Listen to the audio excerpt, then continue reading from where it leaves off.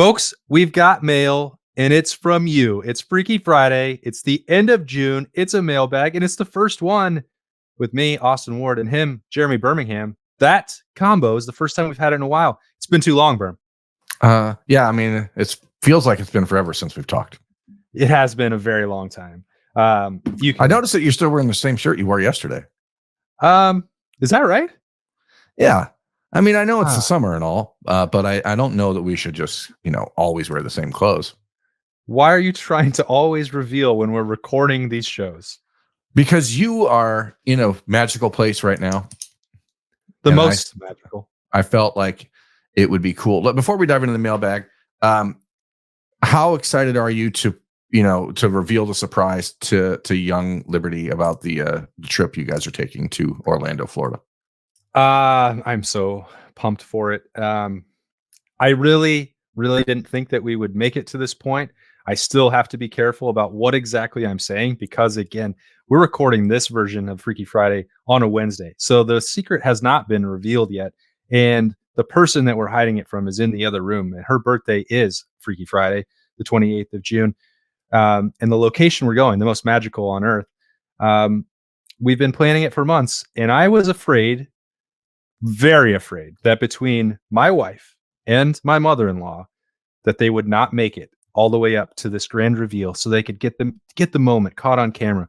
It wasn't so much for social media, just maybe for family, friends to see it. I don't know. Maybe Allie will share it, but I think it's going to be really cool. I'm very excited for it.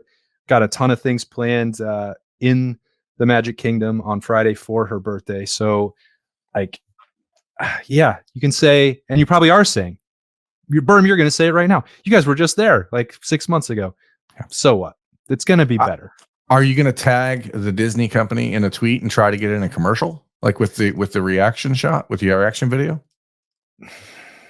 No. And here's the most interesting part. I don't know the answer to this question as we are sitting right here, Berm. I feel like, because I'm the one that does 99.9% of the planning for this trip. That's my responsibility, and I own it. Allie and I haven't talked about it. I feel like she's going to try and snipe being in the camera shot and make me hold the camera for her to tell. And I don't think so. This is my thing. This is your moment. Wow. Now you've got me worried. Your wife's always been a clout chaser. Let's answer some questions on the mailbag. Okay. I have them for you right here, Berm. Neat. Let's dive in. Okay. We had multiple questions about this with the NCAA going in there, or whatever, 5 different rules committees got together and finally pushed through changes to allow unlimited staff members to work technically and on the field with current student athletes. Spoiler alert, a lot of them have been doing that already, but RMG was the first one to get into the mailbag, and he phrased it this way: with the ability now for staff to have analysts coach on the field, do you think Ohio State will be adding anyone significant in that department? I guess I'd be surprised if anything happened between now and the start of the season, wouldn't you?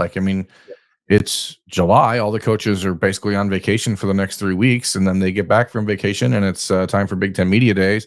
And then the week after the season starts, the practice starts. So I think I would be surprised if it led to a wholesale changes or a significant change on the staff for the 2024 year. But it certainly opens up the door for a number of possibilities for 2025 and beyond. And, this is something Ohio State had planned and had thought was going to happen a year ago. And there was a lot of discussion about how to implement it and what they could do as far as on-campus recruiting versus off-campus recruiting, and how they would be able to get the best out of their staff. I think the interesting question, let's use Jim Knowles as an example. Now you still get your head coach and then 10 assistant coaches to travel on the road for recruiting.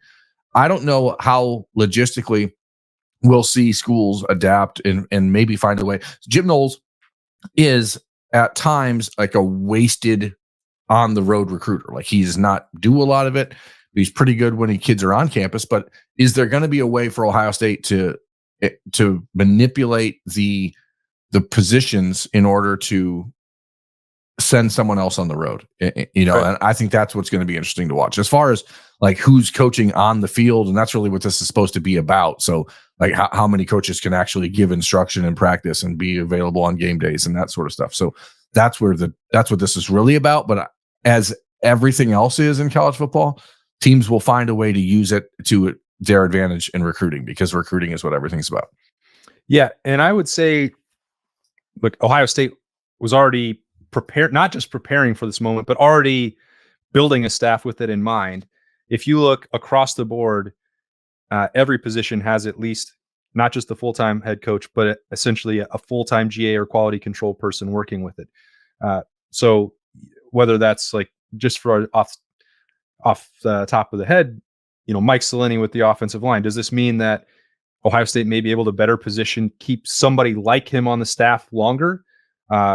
If they can pay him $200,000 or $300,000, just for example, and stay as the number 2 with Justin Fry for the foreseeable future, I think that stuff is already happening. Like the salary input and the pool for not just the full-time coaches, but also their trusted number 2s, which every position has them already. I think Ohio State embraced that likelihood and planned for it for the last several years. So you saw Tim Drebno jump in late in the mix. Ohio State, brought in another quarterbacks coach like 2 weeks ago, Billy Fessler, in the middle of the offseason. So like Devin Jordan has been doing that. I mean, we can go across the board with every position, but they all already have them. So I don't know that they would go much deeper than they already have.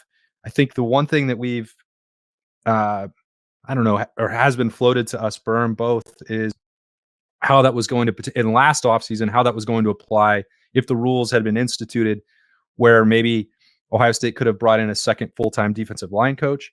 I don't think that's going to happen in this offseason. And certainly Larry Johnson is doing everything right in terms of recruiting right now and retaining his roster and having JT Tuimoloau and Jack Sawyer and Tyleik Williams and Ty Hamilton ready to go. So that's not like some pressing need that they have to address right now. But there was a second question that was tied to that, which is like, it was more Larry Johnson specific, which is how Ohio State is going to manage that spot on the coaching staff, if this changes anything for them, and how they continue to address that with recruits, knowing that at some point, inevitably, Larry Johnson will retire. We just have no idea when that will actually be. Yeah, but I think this decision by the NCAA actually extends his career path at Ohio State by a number of years, to be honest. So if he wants to continue doing that, I mean, the reality is the thing that weighs down coaches and the thing that really like ends up wearing down coaches is recruiting, is going on the road. So if you can take that away from him and have him be an on-campus recruiter and a pass rush specialist or defensive line specialist, then it opens up the door. Now he just signed a new 2-year contract as the full-time defensive line coach a couple months ago. So that's not something that's going to happen immediately. But I think what you brought up is most important for a guy like Mike Soleni, who's a GA right now. Brian Hartline has a GA, but Devin Jordan is the assistant receivers coach. Alan Clark is Larry Johnson's assistant defensive line coach, but they still have their GAs.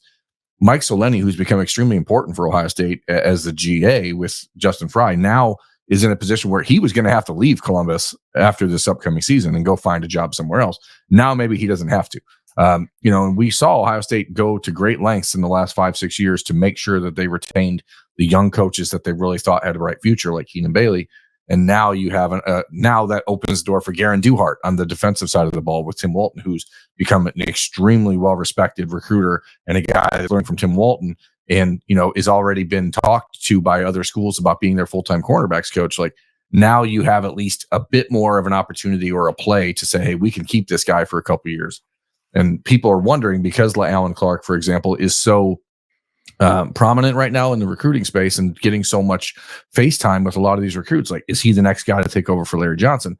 I don't know that that's the case. I don't know that that's really being even discussed, but it does at least give you the opportunity to keep those guys years or two longer than you would have otherwise, which is important because recruiting, as I said, is everything. It's the lifeblood of college football.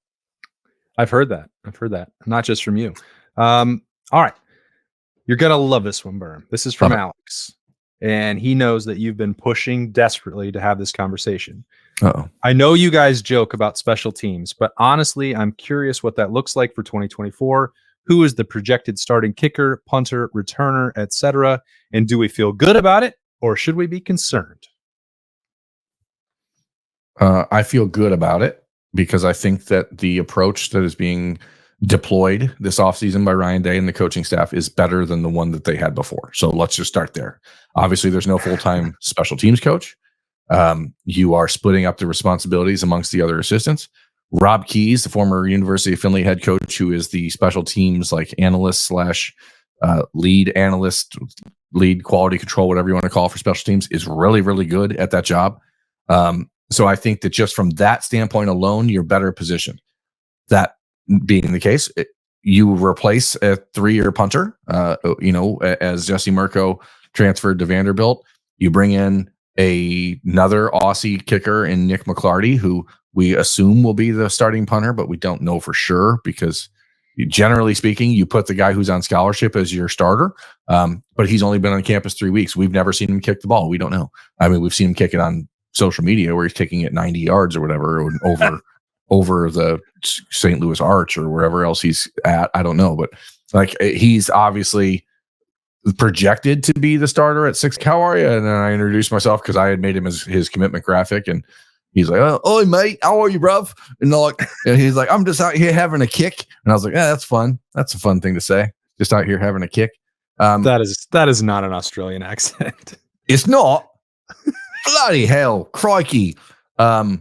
We still think Jaden Felding will be the starting place kicker, right? I don't think there's any reason to suspect that's changed. He's done a serviceable enough job for Ohio State in the last 2 years. So, you hope he gets a little stronger and gives Ohio State, because this season, I think you're going to need to kick a couple more field goals probably because you're going to be looking at a power run game and things maybe in a defense that should be in the top 2 in the country. And I think you're going to want to say, hey, we can take 3 points. Let's get them and trust the defense. So I think that's important.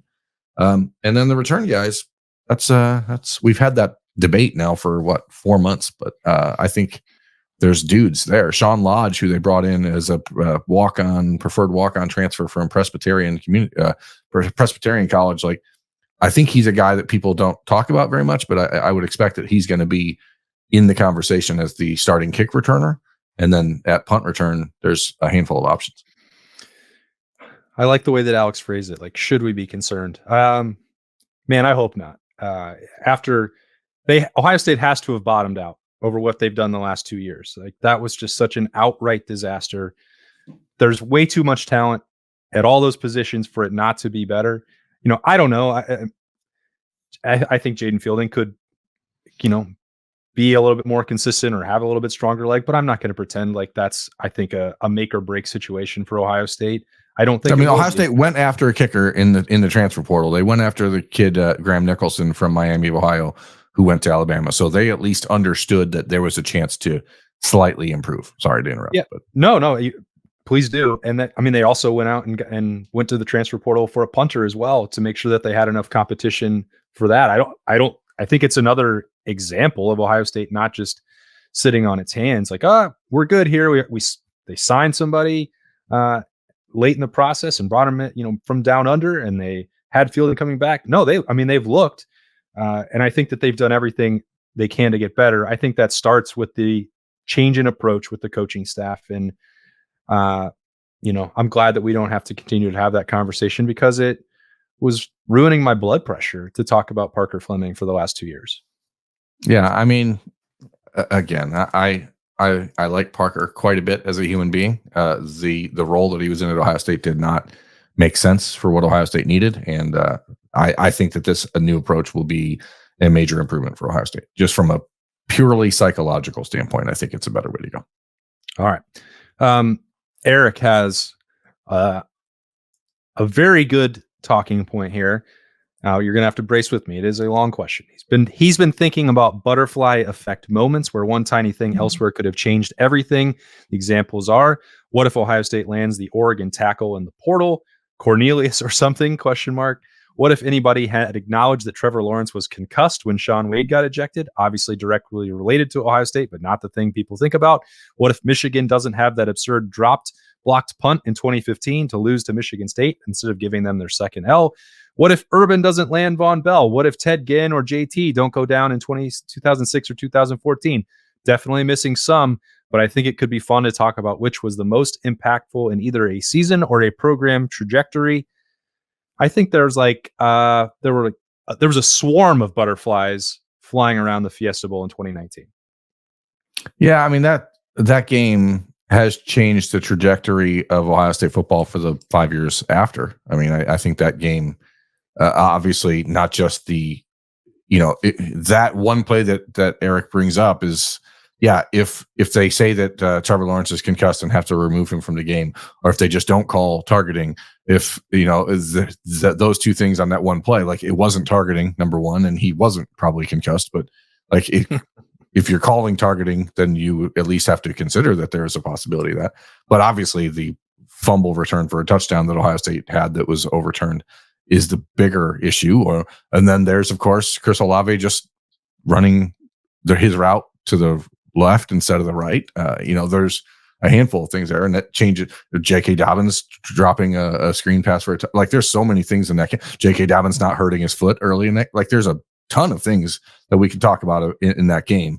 But to me, like I always obviously look through things through a recruiting lens. I think about what if Ohio State had cared about recruiting rankings more in the class of 2013 and had forced themselves to take Derek Green, the running back from Virginia, who was the number one ranked running back in the country, who was a big Ohio State fan growing up, wore number 27 because he idolized Eddie George.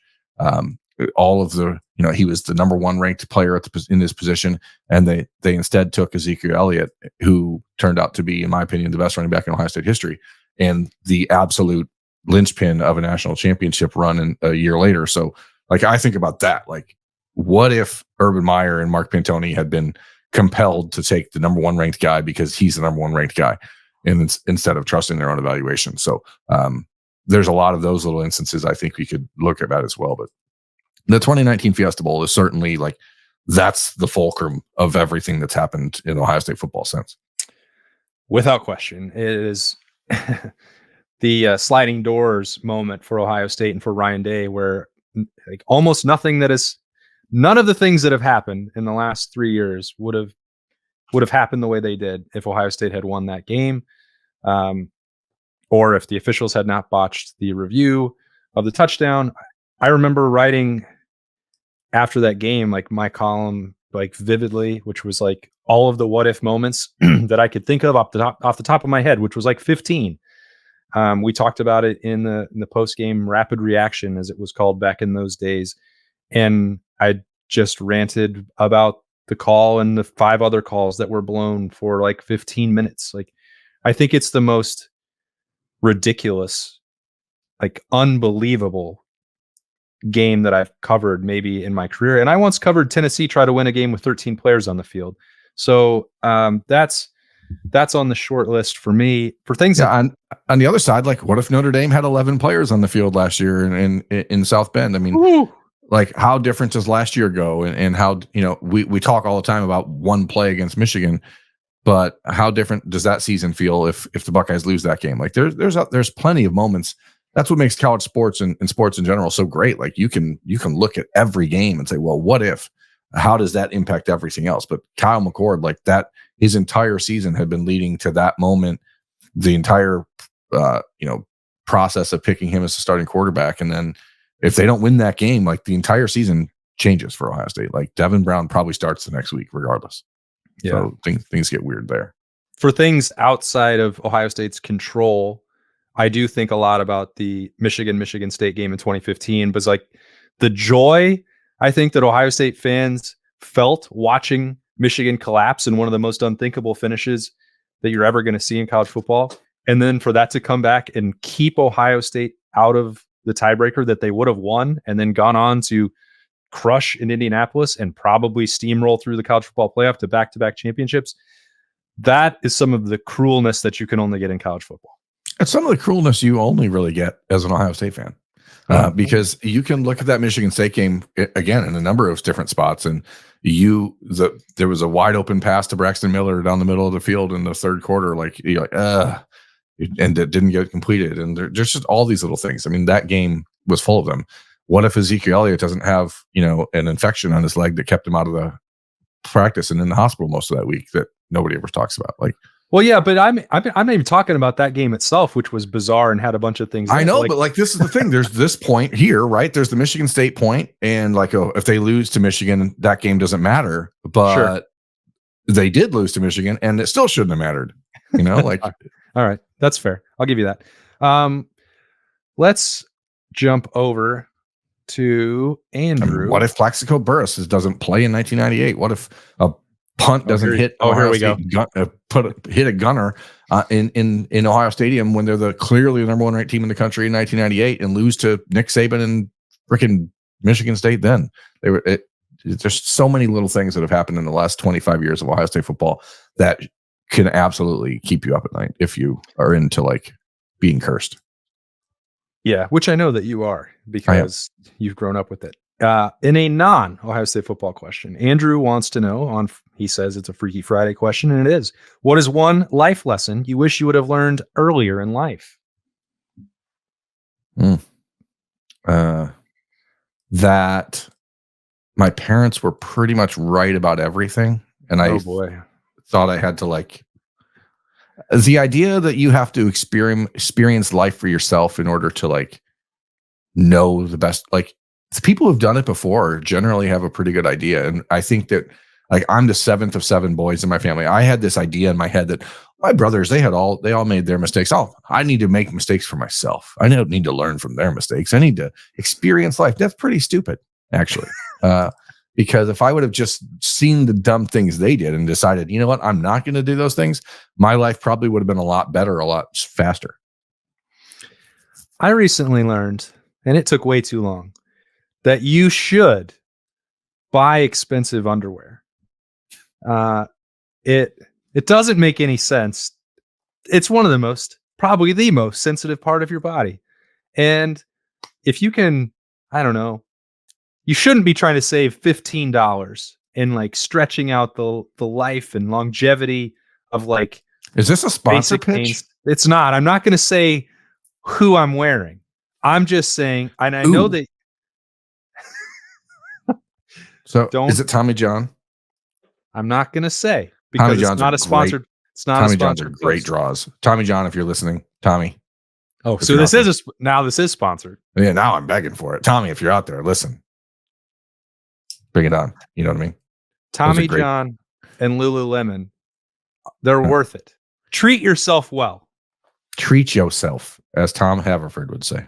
That's right. So I waited way too long with socks and underwear, especially socks. It's a general rule of life. And obviously not everyone's in different position financially, and you have to make decisions, based on your own specific circumstance.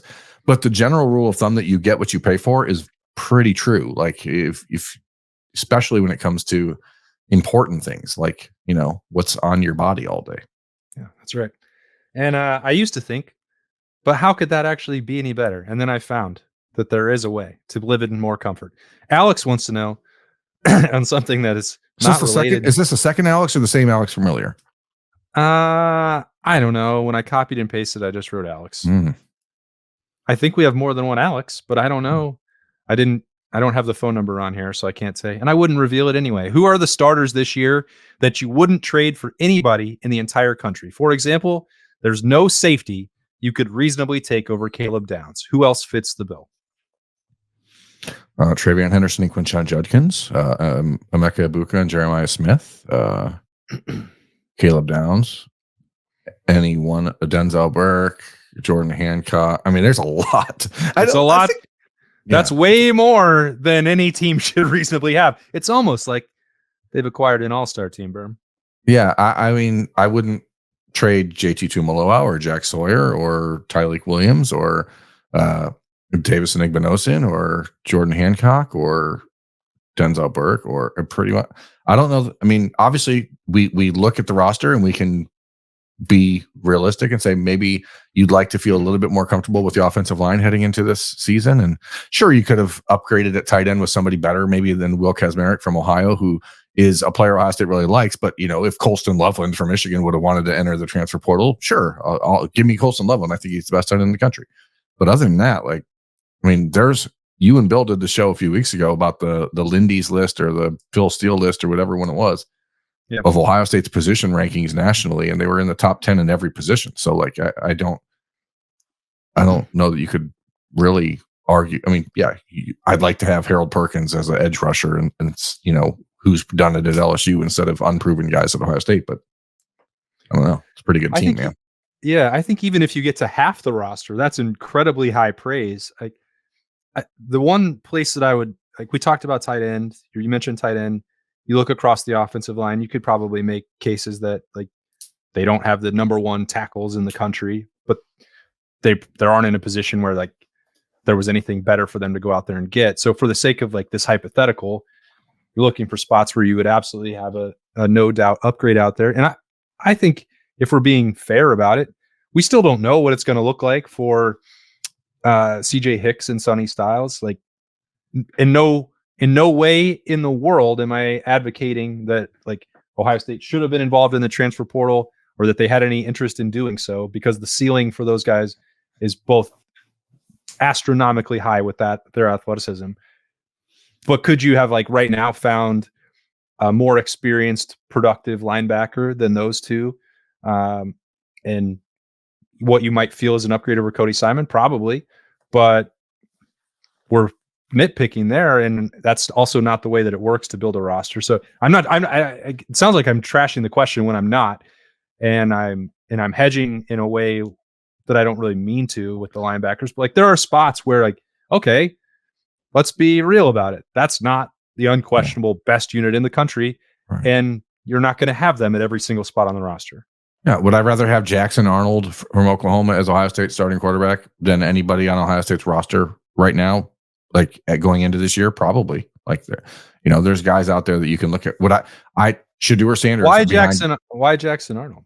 I just love his game, and I just think he's going to be really, really good.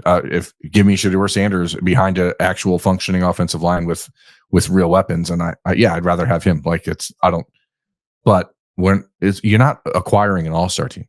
Okay, you can't just go out and pilfer the transfer portal and take whoever you want. It's not the way the world works. But the reality is Ohio State is as well positioned at every position as anybody in the country. So feels good, man. We can't have a mailbag with you without one recruiting specific question. So Ben wants to know, every time the Justin Hill recruitment comes up, the conversation is Alabama and Oregon will harp on the fact that Ohio State hasn't actually used the jack. And if Ohio State doesn't put that position on tape this season, it could be bad for the recruiting battle. But Oregon and Alabama don't use a jack position either. So how is that helpful for his other suitors? Unless things have changed, and I don't know, I guess what Kalen DeBoer will run at Alabama and before, where you have more of that hybrid position naturally with the outside linebacker. It's not like Ohio State runs it with a 4-3, and they don't really use a third linebacker now. So they have more dudes on the field in that spot. Bottom line, I think it's going to come down to how much Justin Hill trusts Ohio State, and ultimately I think he will pick the Buckeyes on July 3rd. So all of this stuff will be moot, but it is important, and we had a big discussion about it on this show last week with Bill. Ohio State needs to diversify its defense. They need to get multiple. It's not just for this one recruitment. It's for college football in general. It's pretty easy to scheme against somebody, no matter how talented you are. If you have players that are high-level talents, you can find ways to scheme against them if you know exactly what the defense is running every time. So Ohio State has to find some way to show multiple looks, and I think they will. All right. Well said. Jared in Van Wert has a nice way to tie in the current roster and a new Ohio State commit. He said, "Hi, Austin. I've heard several of you be effusive in your praise for Jaden Ballard's athleticism while being a little more vague about whatever shortcomings are preventing him from having a bigger role. The way Byrne talks about Bodkin Miller reminds me of how he talks about Ballard. What can BP do to have a quicker path to the field than Ballard has had thus far? I know consistency can be a concern sometimes, but consistency with what attributes, route running, catching the ball, etc." Those Yeah, I think I think that's I am effusive in my praise because I see Jaden Bauer do things that athletically, from a raw talent standpoint, raw athletic standpoint, speed, leaping ability, very few players. Uh, it's like a circus. Like he does things. He's jumping over rolling balls that like, okay, well, you should be in Cirque du Soleil, man. Like you're awesome at this stuff. And I don't know how you did it. And he'll catch a ball that's rattling around in the rafters. And I don't know how he's tracking it. And then he catches it with one hand. It's a punted ball that like, but then there'll be parts of practice where it's like, you just dropped like a ball straight into your chest. And that's the consistency part. I know people hate it when we use that word. I hate it when coaches use that word. It's like, what do you mean? But sometimes you see that in reality, in practice, where he can't do the off the charts things all the time. I wouldn't expect him to do, but some of the things that are baseline responsibilities in terms of blocking, making sure that you have full go effort on every single snap that you're on the field, seeing a ball all the way into your hands. I'm not a receivers coach, so Brian Hartline is going to be the ultimate judge of that, and I would never pretend to be able to assess that in a way that he can or any college football coach can. Anyone who's ever coached college football is going to do that a million times better than me.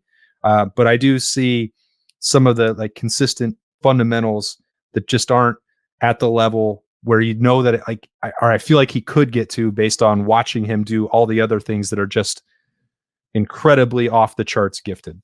Yeah, and a lot of times when you are so freakishly athletic and to get to where you are, which is, heading into year 4 at Ohio State, like life, like to get there has probably been pretty easy for him. Like he hasn't even had to go and push himself to limits that, the less talented among us have to do.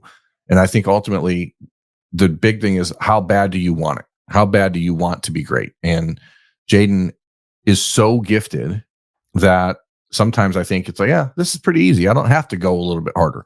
And what you see is the other guys going a little bit harder. And so that sort of consistency, it's consistency of effort, I think, is more so than it is consistency in acumen, if that makes sense. Yeah. And so, I mean, the thing for Bodkin Miller, I think, Berm, I don't want to speak for you. It's Jaden Bauer probably did think when he arrived that it wasn't going to be a 4-year process.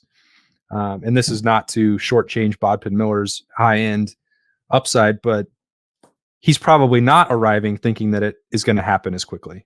Well, yeah, he's not played wide receiver before. He's going to have quite a runway to get to the point where he's even thinking about playing time, let alone, or, getting to the point where he's thinking about, how do I run the right route? How do I, curl? How do I run the curl? How do I run the hitch? Like doing those things, he's going to have to learn all that stuff. And especially because he's not going to even have this senior season of high school as a receiver to do that. I mean, he'll be a quarterback still for Ontario high school this year. So that is a much different thing. That's a project. And that Brian Hartline, that's like finding a Hemi engine somewhere and you're like, oh, well, let's just see what we can do with this car and build it. And he's, Jaden Bauer, it's like you found a Ferrari and sometimes it just doesn't want to run. Yeah. Ferraris also need some better strategy when you're using them as well. That's an F1 reference. I won't get into it with you, Berm, because you don't know what that means. I know. All right, last one. We're wrapping up, and June will be over soon, folks. So we're in the midst of summer. Michael wants to know our favorite craft beers that we're going to be drinking heading into the 4th of July weekend. Man, I haven't really had anything new in a while, which is a problem, really. I haven't really had beer. And when we were down at the Fairway Columbus, I stick to the basics, the Elvis juice and those sort of things. I don't mean to be dismissive, but I don't have anything that I'm like, oh, I want to try that. So I don't know. What am I missing? Let's just start there. What am I missing? Michael, you just text back and tell me what beer I need to have over the 4th of July week. I just I think they've made this in the past, but I just picked it up again for the first time recently, which is the Heartbreaking Motor Drive from Who Farted Brewing, Mexican lager with lime and salt. I know that's why they named it that, so that you would laugh and remember it and would stick in your head. Uh, Holy cow, that is one delicious Mexican lager, and I have found myself. So North High, there's a North High Mexican lager that's in my beer fridge right now. Uh, Somewhere in particular has one right now that is getting a lot of play from me. I have found that I can no longer, at this ripe old age of 41, just keep drinking nothing but IPAs at the level that I used to. Now I'm getting heartburn and making me feel feel not so great the next morning.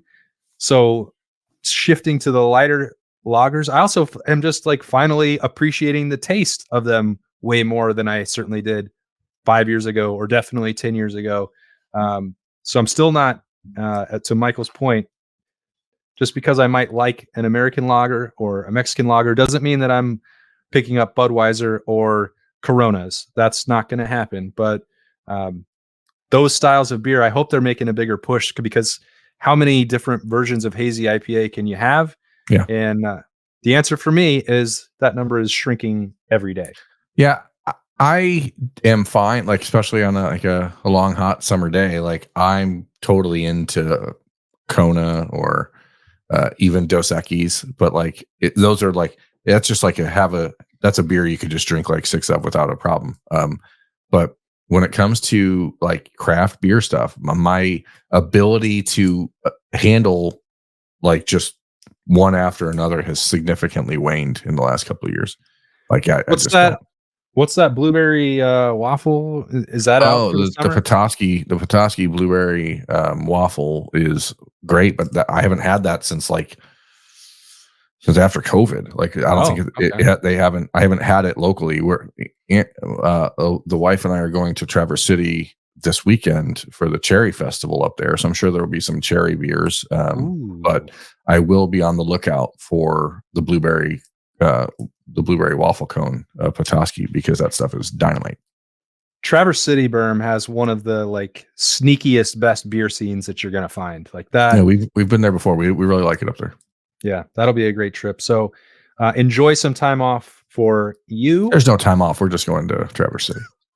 Oh, of course. Well, the laptop will be with you. We are going to take some around the 4th of July, but we'll get to that. We'll have a couple episodes of the podcast daily. Of course, we'll be back to start next week, and then we'll explain where everyone is and why.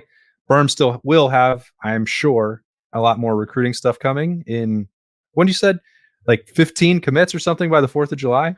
I mean, there was one on Thursday. I'm expecting at least one more on Friday. There's a lot of stuff happening. All right, a lot of stuff happening. He will keep his finger on the pulse, as he always does. We appreciate you sticking with us throughout the month of June. As Berm apologized for, we know it's been rough.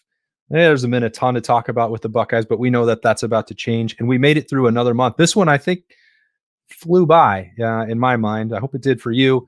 But Big Ten Media Days are going to be here before you know it.